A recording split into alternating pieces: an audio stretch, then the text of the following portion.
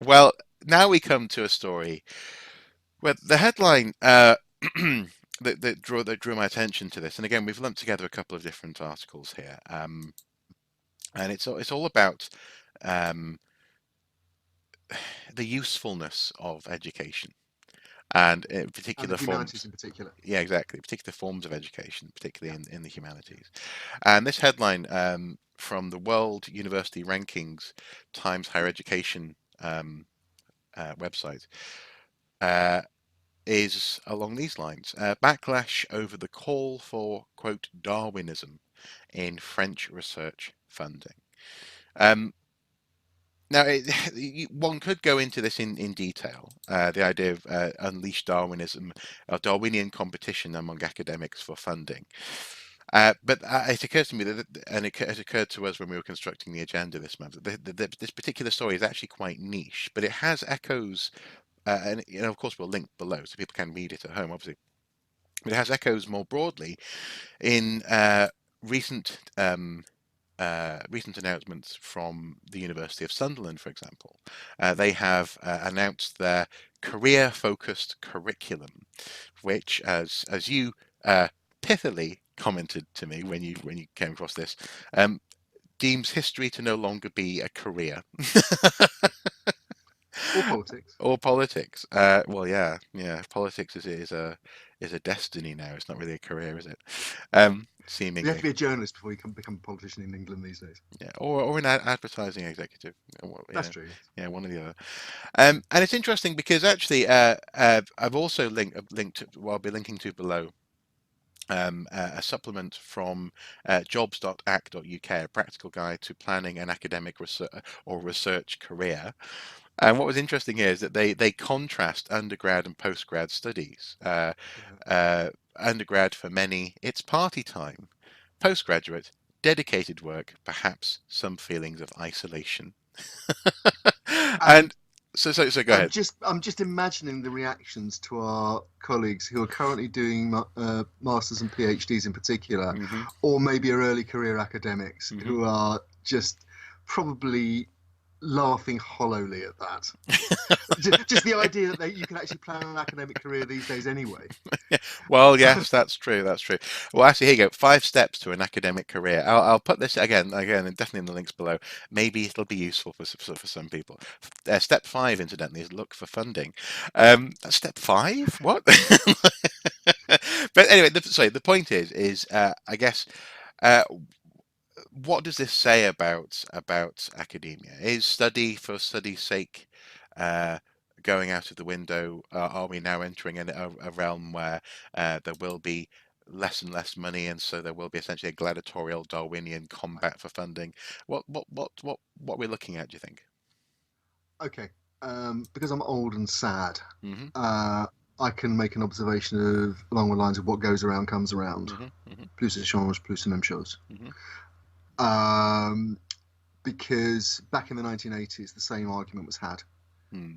by technocrats, the technocratic tendency in the Thatcher government. Hmm. That why are we funding humanities in universities? What value have they got to UK PLC? Um, and we've seen the every child has to know how to code, Yeah. Yeah. Hmm. and things like that, which when you stop and think about it, are actually nonsensical. Well, they're unnuanced blanket statements, shall Yeah, we say? and also unachievable. Yeah. Yeah.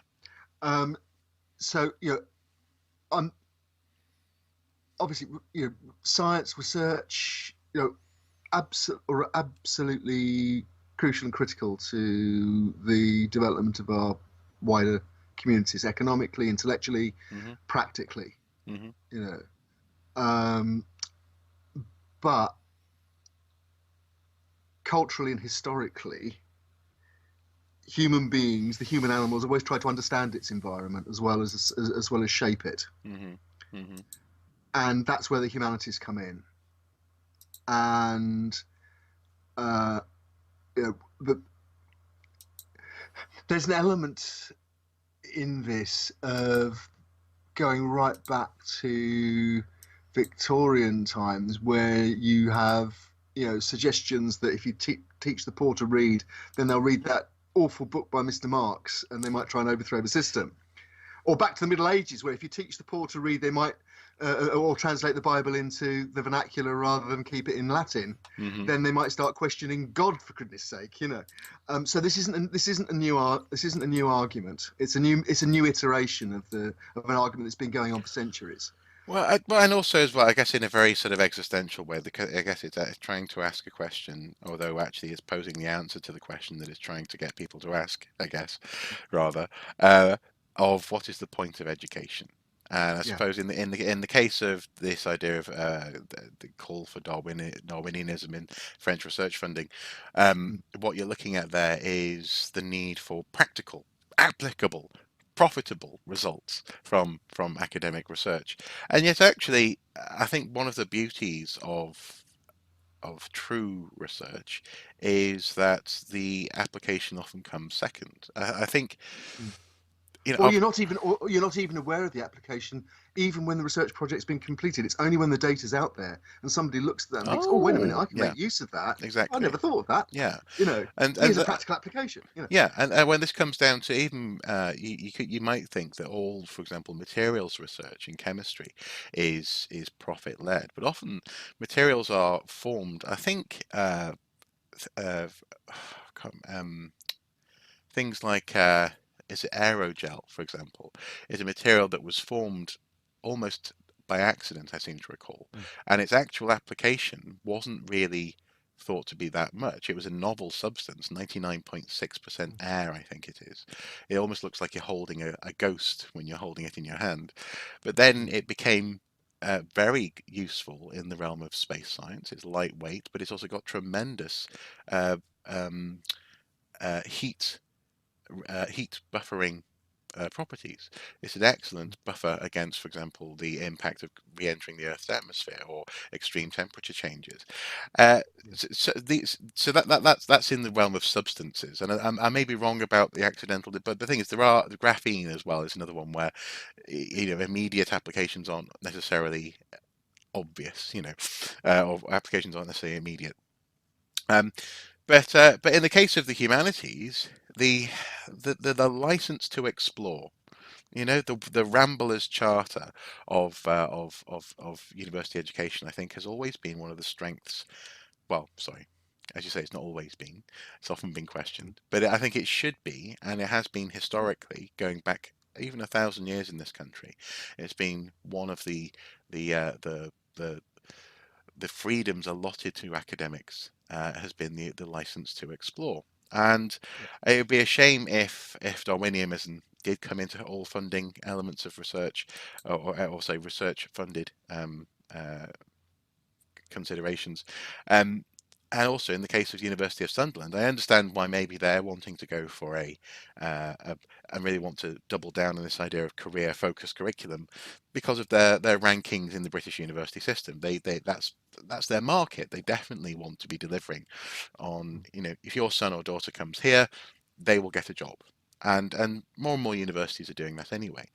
But I think yeah. this shouldn't become the norm. Actually, as I was saying just before for the previous section on the archives and airbrushing history, it would be a shame if all universities had to justify everything they did from a simple cost-benefit analysis or a simple um, career trajectory analysis.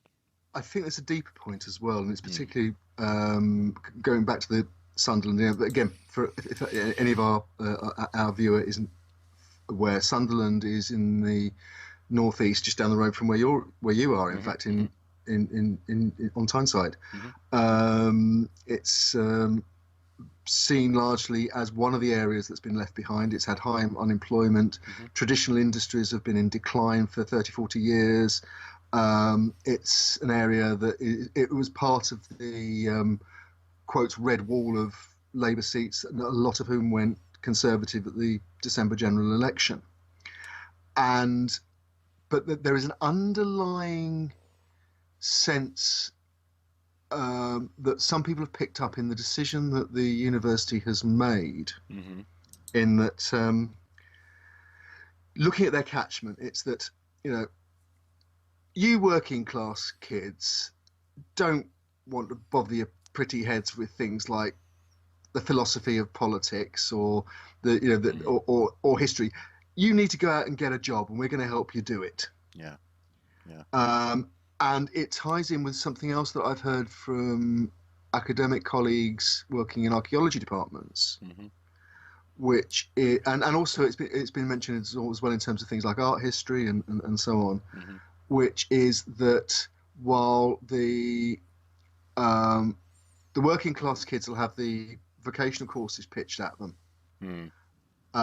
by places like Sunderland, things like archaeology will become increasingly the preserve of people who, shall we say, have the family background to have a People who have career a in. private income. People have private income, yeah. Yeah. We're back to the 19th century when it's the enthusiast, the dilettante, the gentleman antiquarian, or female antiquarian for that matter. Yeah.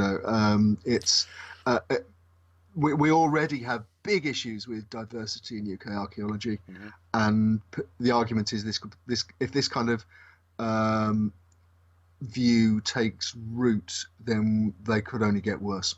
Yeah, no, I agree. I agree. I mean, in my experience, I mentioned earlier in this month's watching brief the notion of also the fact that yeah, I went to a university that often has the top archaeology department in the country, in Indeed, terms yeah. of the rankings. Um, that university department, when I was there, definitely had an issue with diversity. It definitely had an issue with actually the perception of the course as being easier than law, and therefore it's just a way. It's a way to get the piece of paper, and then Daddy will give me access to my trust fund. This kind of Absolutely. thing. There The was an ones, the issue. ones who weren't bright enough to do archaeology went off and did art history. Oh, sorry. Um, no, Bristol, where I did my first degree, that was one of that was art history was seen as the dumping ground for the Oh, I see.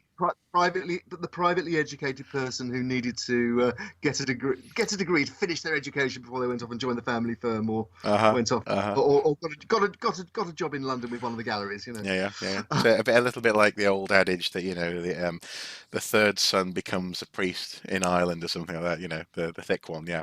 Um, One for the army, one for the priesthood, one for the civil service. Yeah. yeah, and then your job as a citizen of the country is done.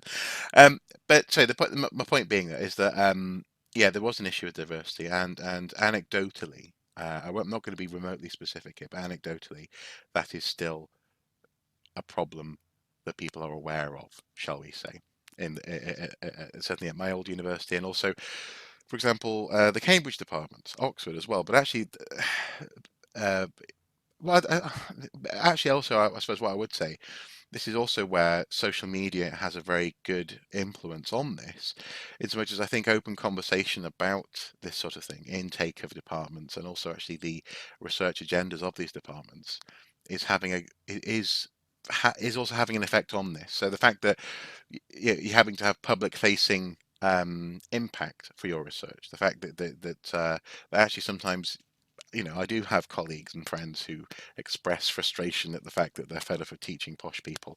Um, Again, I'm not being remotely specific here. You may not even know who I'm talking about, Andy. Um, but all of these things are good, but they are not matters of policy, and also crucially, they're not matters of family. The people making the choice to go to the department or to study these subjects are still coming from a certain I crop, think and absolutely. I think we also have to make the point as well that in the current state of university funding, mhm, um, another issue is students coming from abroad paying full fees, mm, taking up place in the departments. mhm, I had one colleague suggested once to me a while back that a certain major archaeology department could well end up as effectively a finishing school for privately educated yeah, people from this country yeah, and foreign students who could afford the fees or were being subsidised by their governments. Which mhm, is don't get me wrong. I absolutely think our universities should cater for people mhm, who want to come to this country, and we mhm, should be as open as possible to people who want to come study and then be academics. We're only enriched by people coming from abroad, Hmm. um, but that we mustn't avoid the fact that there is a Well, it's financial imperative as economics. well. Well, yeah, Yeah, and essentially it's economic segregation. So in the context absolutely. of Yeah, Sunderland thinking that they don't want to cater to that or they can't cater to that yeah, clientele, yeah, at the other end of the spectrum, you have. I've certainly been in. This isn't my alma mater. This is a different university. I've been in a department where someone has stormed in through the door and said, "I'm sick and tired of having to take in a certain quota of a type of student for mhm, economic purposes." So yeah, this is real. yeah, This is happening. And at the other end, where you're not guaranteed all of those, as it were, full fat students yeah, in terms of their income. Um, Sunderland and similar universities are having to make decisions about how they shape, form, and focus their curriculum. And I think talk along these lines is an interesting development, and it's also a bit of a shame as well. Well, I think one of the things is, in terms of shame, it means that kids going through school who decide they do want to do history, Mm, for example, mm, um, can't do history and stay in their same locality if that's what they want to do. They have to mm, move away. yeah. And Well, yeah. And do you know what? Actually, crucially, you're unlikely in another university. I mean, maybe if you're from Sunderland and you want to do archaeology or history, for example, at Durham, you may well be able to learn about and do your field work in the northeast. That's entirely possible. But if you go, for example, to Bristol or to Reading or to other places, yeah, you're unlikely to be encouraged to do research in your region, and that's only going to yes, add to this perception that history is not for Sunderland, yeah, and the historians do not make their home in Sunderland. Yeah. yeah, Mm, absolutely. Yeah, mm, yes, sad. it's sad.